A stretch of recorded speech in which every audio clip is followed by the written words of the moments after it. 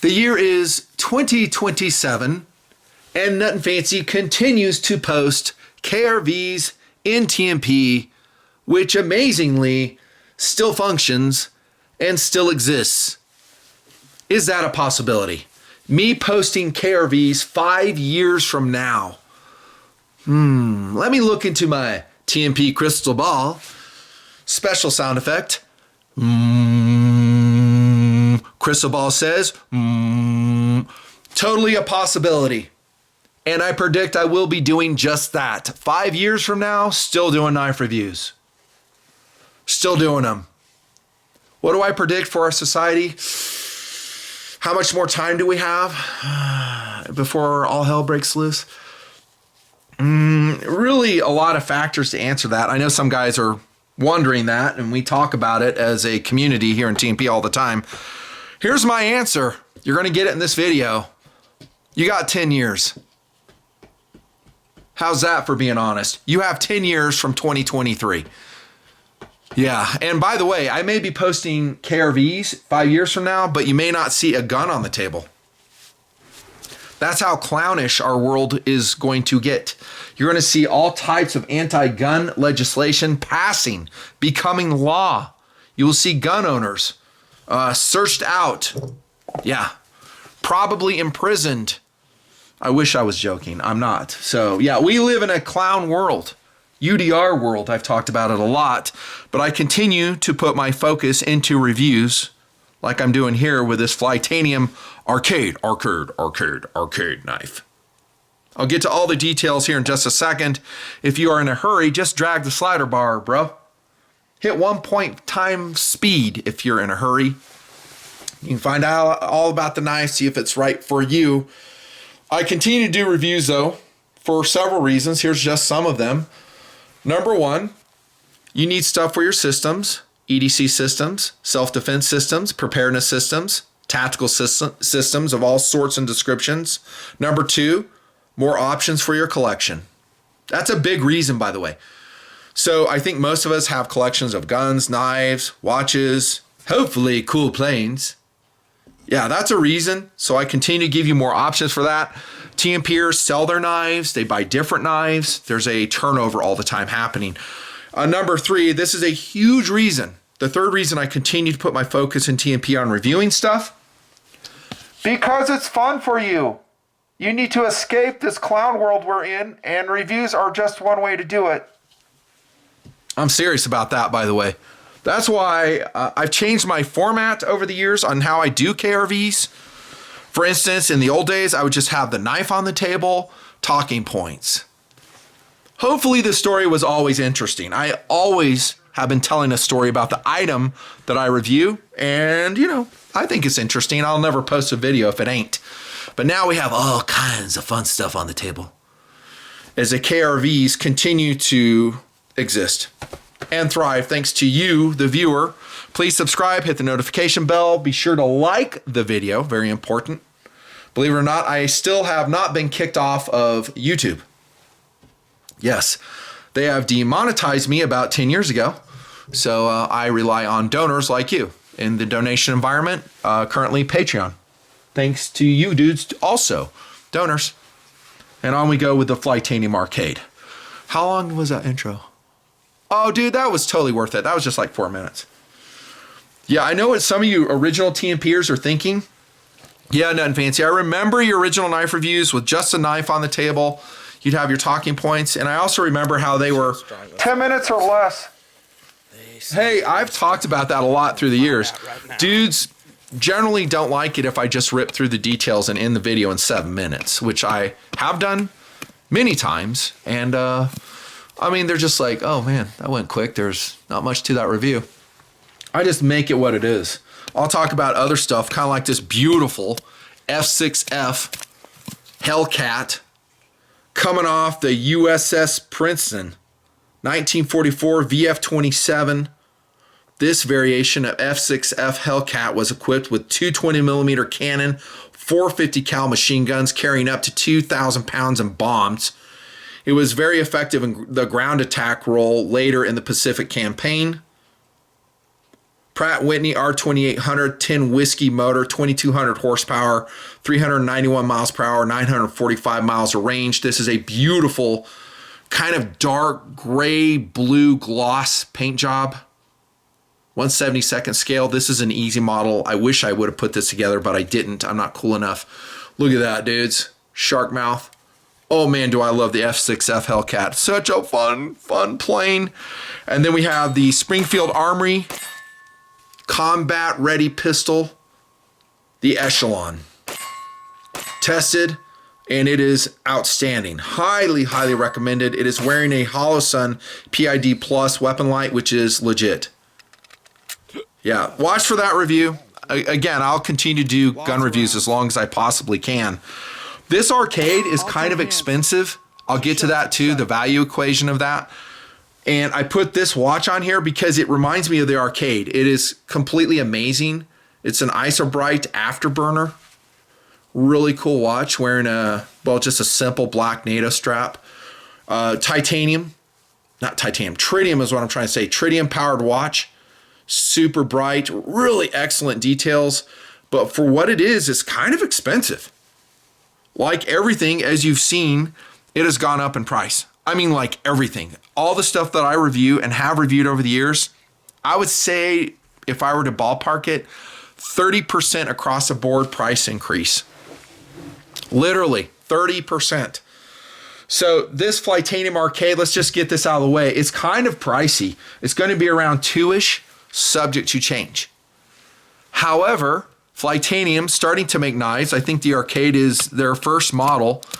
Their startup costs involved, and also they're licensing the Andrew Demko Shark Lock. So that costs a little bit of money. So when you officially license anything, you're going to be paying a licensing fee. So that's what it is. I don't think the Isobright's doing that. Why is that so damn expensive? Who knows? I'm going to go with the details. I would place this knife firmly in the EDC category, the Arcade. It is small-ish. I wouldn't say small, but small-ish. 3.2-inch blade. The thickness, 0.13 inches. Drop point in this variation. Unsharpened swedge on the front.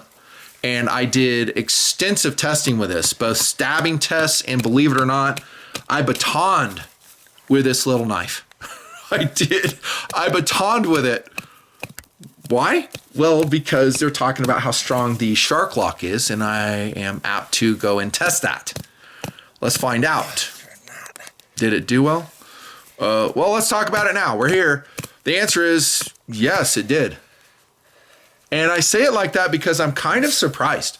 I thought when I started thumping on this thing, I'd be getting all kinds of loosening and that it was probably overplayed. But this is after batoning with it, extensive heavy-duty cardboard cutting and stabbing. I know you guys love the cardboard stabbing. Yeah, you do. By the way, longtime team peers, do you remember my, what was it? What did I call it? Like the stabbing protocol is when I would like wrap a knife on the end of a pole and stab like this cardboard dummy. Do you see how the lock mechanism would last? I did ruin a few knives doing that, by the way. I mean, I learned very quickly, for instance, liner locks don't like that happening to them, and they will never recover. You'll have all types of wiggle in them, and once it's there, you will never be able to get it out.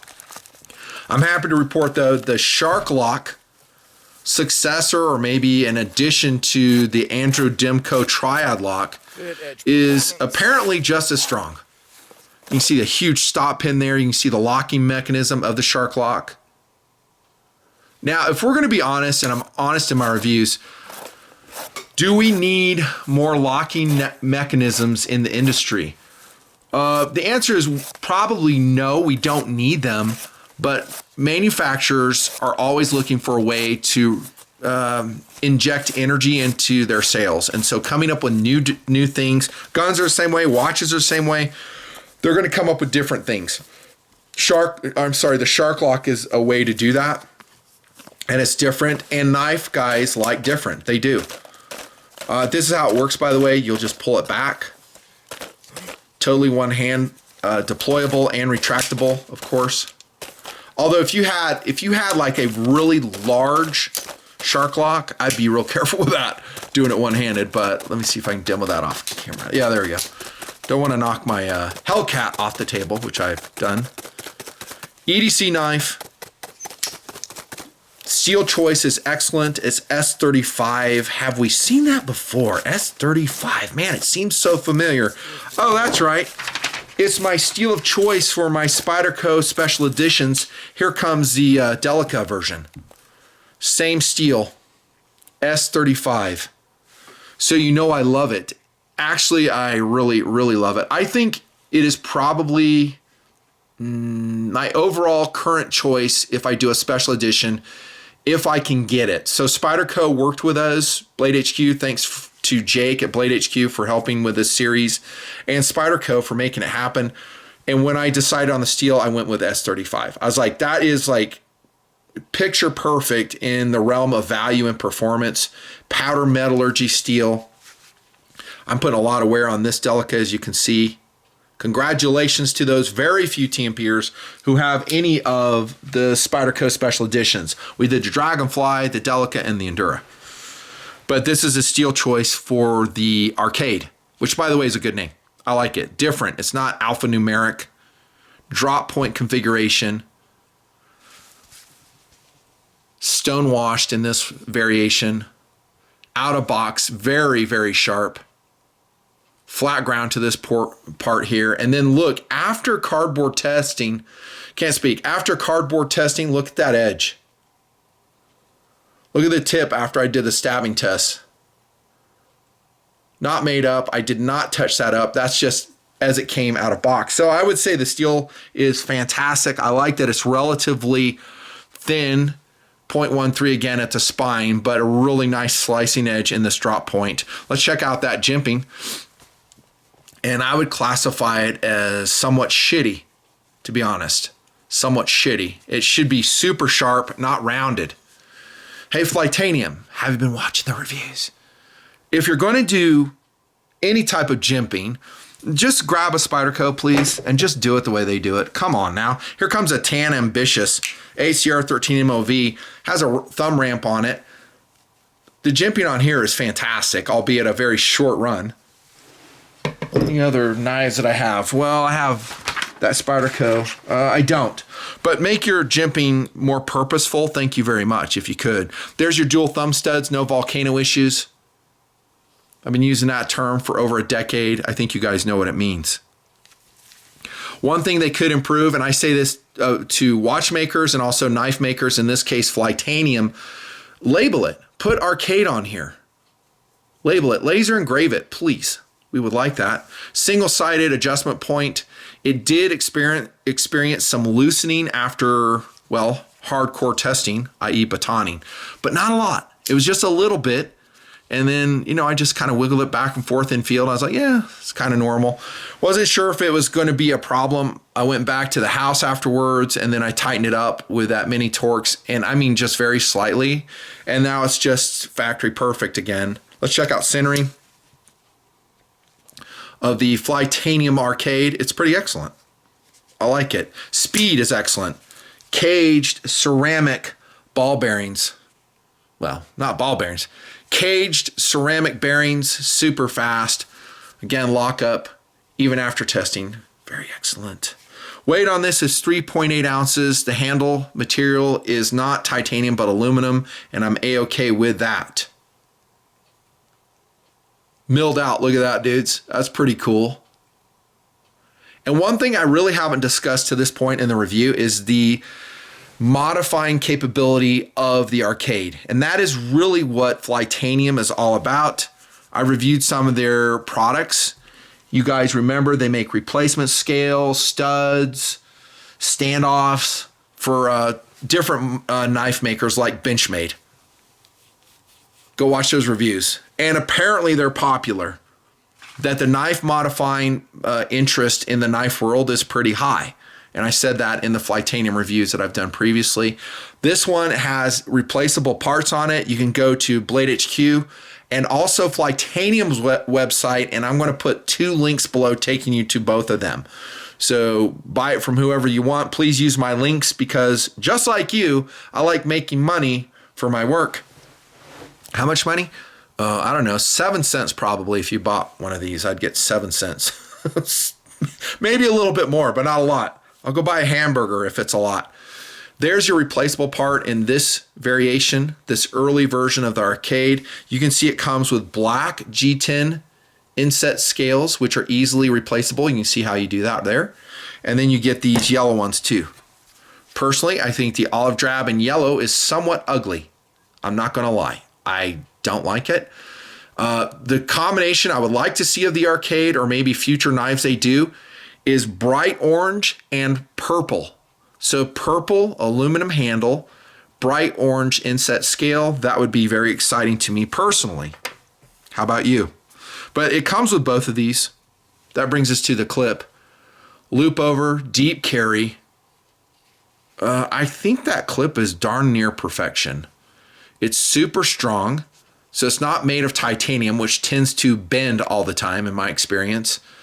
It doesn't have any occlusions for thick fabric for your tactical pants. So that's a pretty well executed clip.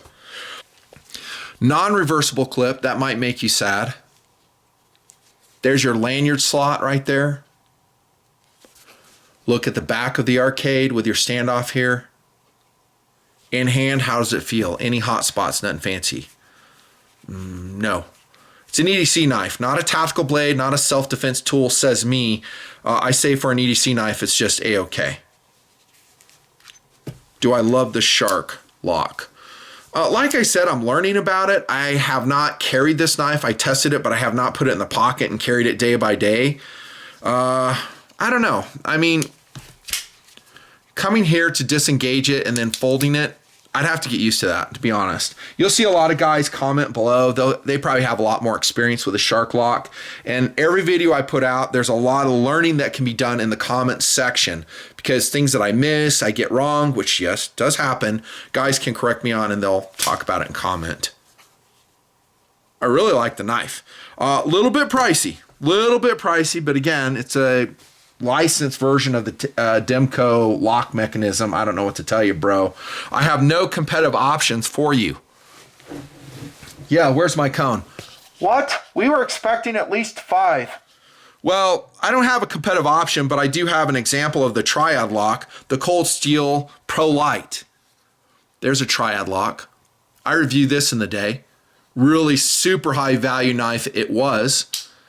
And again, I've tested, hard tested the Triad Lock a lot in the project. To go watch those older videos. That's like a decade ago, and it continues to impress me. I love Triad equipped cold steel blades. They're fantastic. And so here we have a Flytanium using the same type of thought process, well, from Demko, who I've always admired for his knife making genius. Speaking of things that have gone up, the Pro Light, when I'm making this video, is like $50.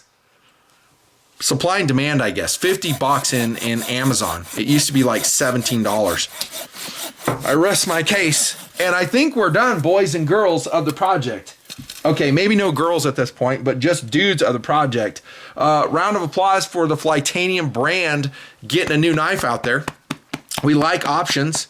I hope to see maybe the prices come down a bit on these knives. I think a good pricing point, once they get established, I mean, startup costs are so high, $115. There you go, I said it. $115 would be nice. That would be super duper competitive, but it's an excellent knife. Nothing fancy project. Make sure you subscribe, hit the notification bell, thumbs up this video, an important metric. Yes, still to this day, and we have a lot more to go. I'll see you in 2028, still doing knife reviews. That is my official prediction, by the way. Over and out.